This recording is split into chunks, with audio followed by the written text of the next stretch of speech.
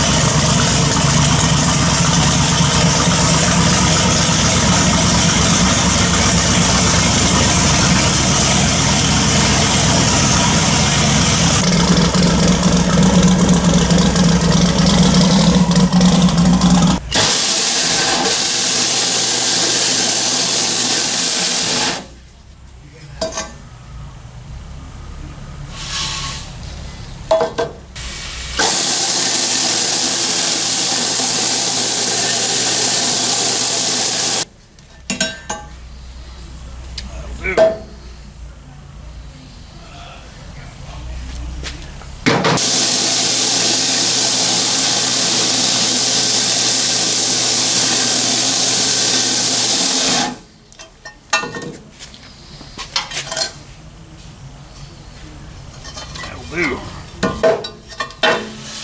those guys out.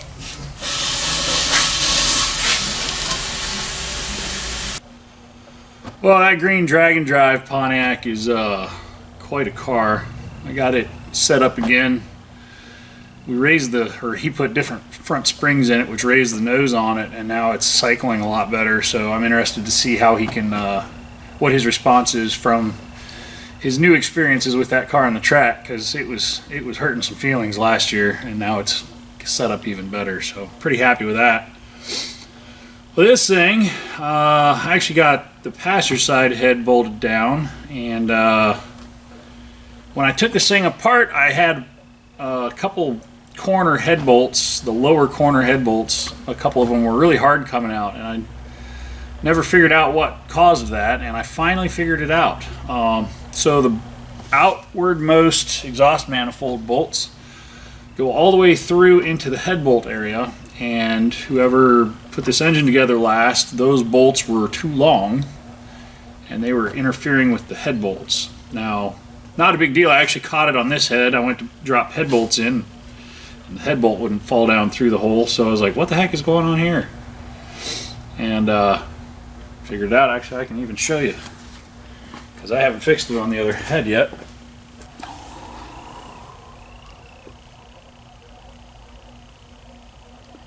Yeah, that exhaust manifold bolt's poking its head right through there.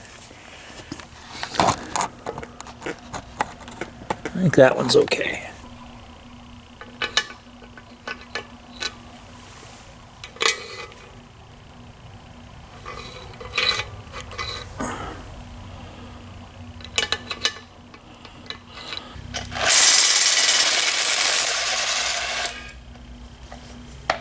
So we'll take a couple threads off of that guy.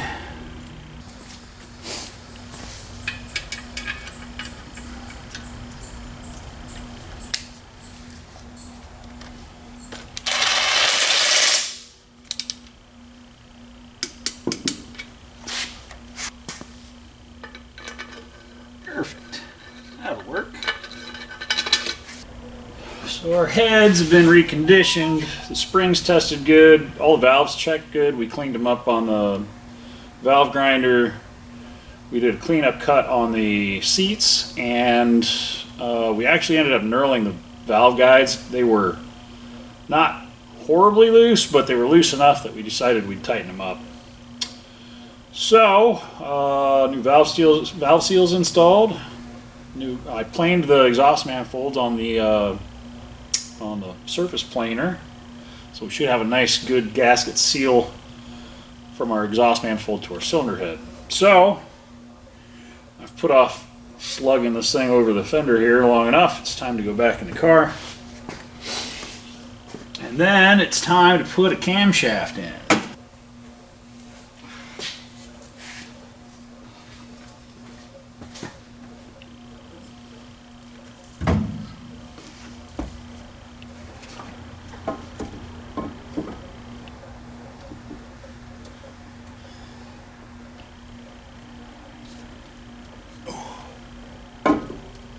Ooh. Oh, I'm so glad I have dowels to hang that on. It is heavy. Although my rear head bolt I think needed to be in there, so we won't move too far with it. Let's get that back head bolt in first. And I know I have the heads on the correct side because the Pontiacs have a water port on the passenger side. So that's good. Pay attention to where your heads came off of. Let's see, both outers are the long bolt.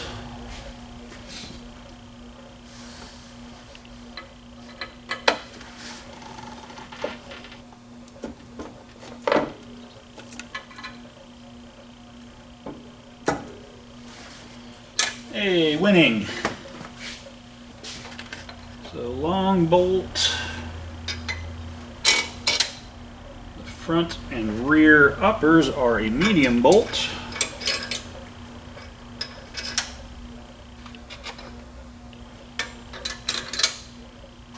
And the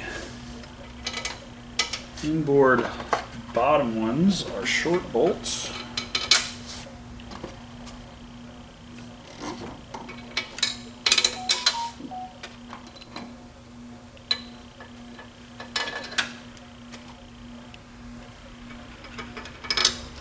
Now it's time to torque these guys down to 100 foot-pounds. So I'm going to actually step them. So I usually go 50 foot-pounds to get them torqued down evenly, and then I'll hit it with the 100, which is what ARP recommends for their bolts.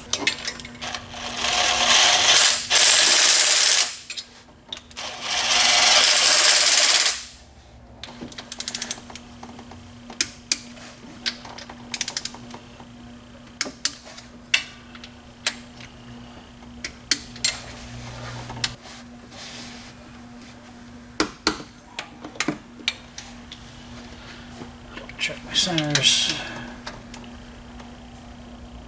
Yep, good.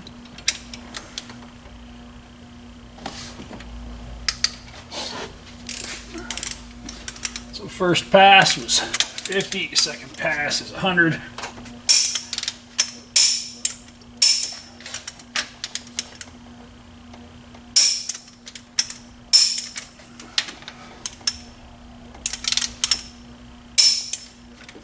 Nice even pressure. Oh, I did miss that one. Alright. And that's why I always double check. And I go back through to make sure that I torqued them all. Because I make mistakes. I'm okay with that as long as I catch them before they leave my shop.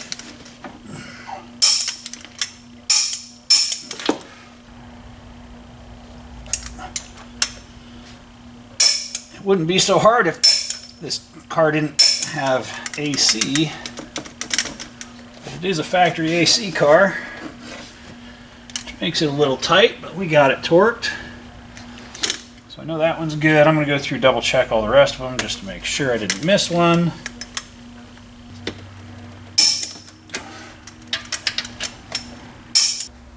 Oh, nope, I didn't do that one yet. That's why you double check. Alright, heads are in and torqued. Let's go ahead and get our bump stick. Stick it in the hole. This engine had been previously I guess I would call it freshened up. So it has been apart not that long ago, but by not that long ago is probably 15 years. So apparently they don't send the packet of pre-lube in the cam kit anymore. This is a cam and lifter kit from Comp Cams, and they have a nice little warning with it. Got to read your labels.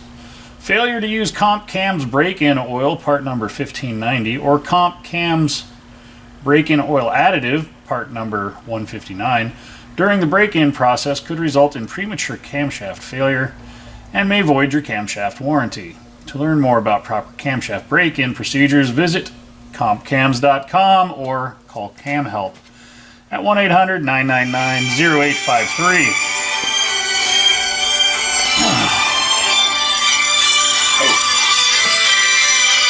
Pardon me. Hey, what's up, dude? All right. So they don't send the assembly lube that I'm used to them having, but their break-in oil is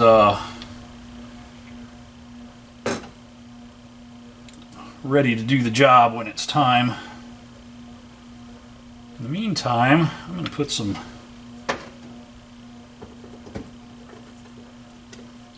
gooey assembly lube on everything.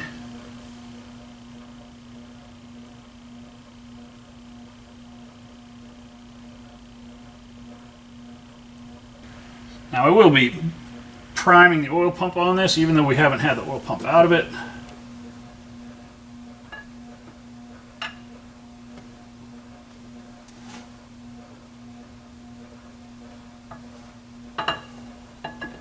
Try not to nick your bearings, Rich. Hey, winning. Alright, so camshaft is in place. Let's put on our camshaft retaining plate.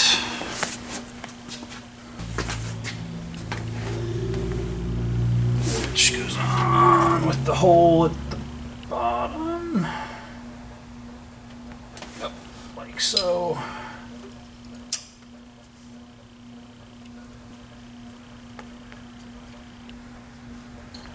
It's got our lube port to keep our timing set nice and well lubricated. Torque those guys down. Alright, so I have a brand new Elgin Pro Stock high performance roller speed timing set. We're just going to set it up normal. This one I can set up dead on. I can set it up minus or plus just a skosh, but I'm not really worried about that.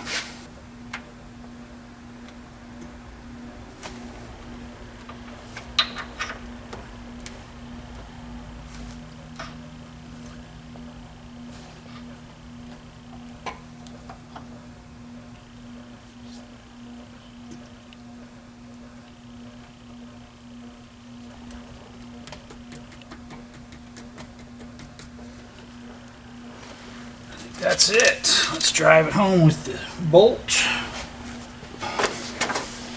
So our camshaft also utilizes the fuel pump drive. So it's got a big cam up here on the front of the engine that actuates our mechanical fuel pump. And I'm not on far enough yet.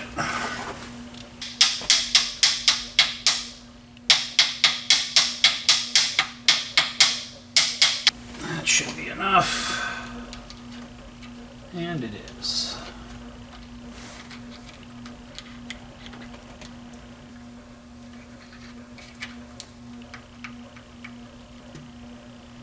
So it needs to go on that much farther.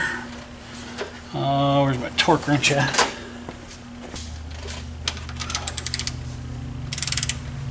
Cam sprocket bolts, 40 foot-pounds on an old Pontiac. Camshaft sprocket bolt. Camshaft and the sprocket.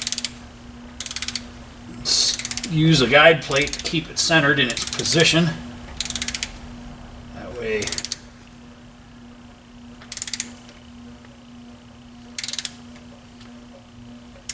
That way way it doesn't slide forward and backwards in the engine block.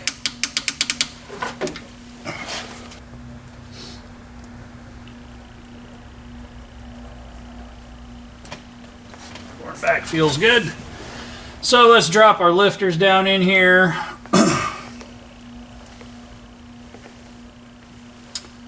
And I'm going to pre-lube those with some of the assembly lube as well, because it helps keep them wet while we finish putting this engine together.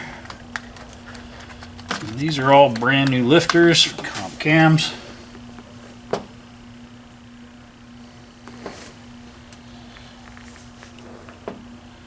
And we're going to make them all gooey and then just drop them in the holes. Now make sure they've got some good lubrication on them when we start this thing up.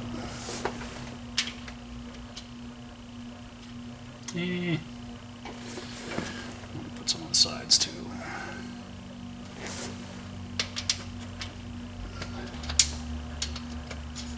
This is going to take a minute. None of this stuff happens fast.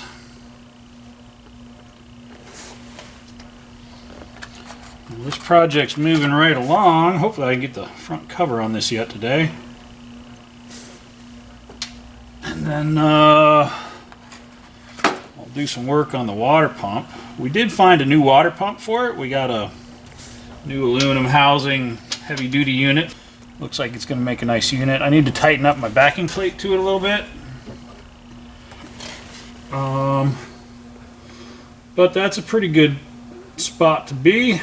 I can drop my push rods and my rockers in. I can adjust my rockers. This is number 1 intake getting ready to open. So if number 1 intake is getting ready to open, that means we're firing on number 6. Stop staring at it and get back to work. Stop overthinking stuff, Rich.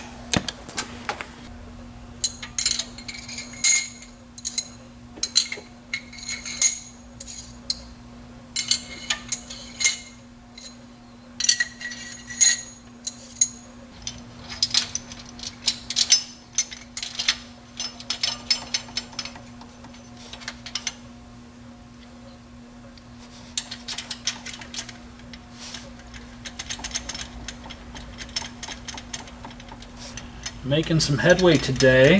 Very nice to see.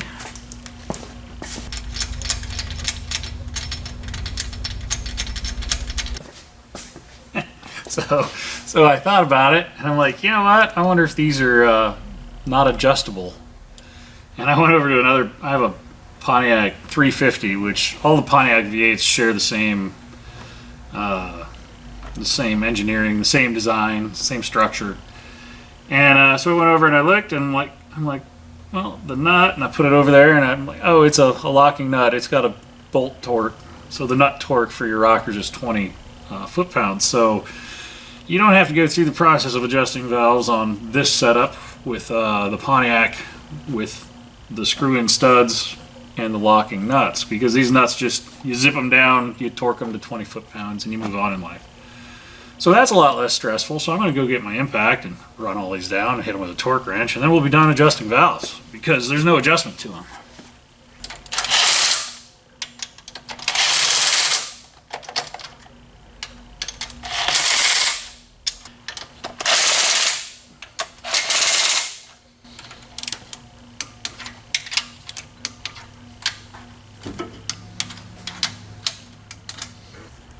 This one was rough for some reason.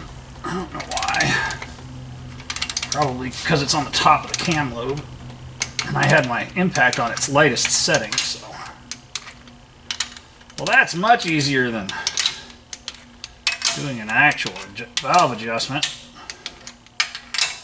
Not that adjusting valves is hard, it's just you got to do it right. So there we go, valves are adjusted.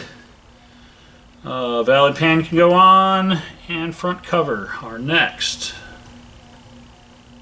Actually, I can put my valve covers on too. Well, full stop on the project on the Trans Am. Unfortunately, we got timing cover issues.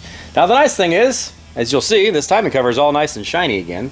It has been blasted in our vapor honing cabinet, which is nice because it's all clean. Now, unfortunately, we can also spot some problems with this thing, which I can show you a little bit of. Can you see how quite not straight that hole is?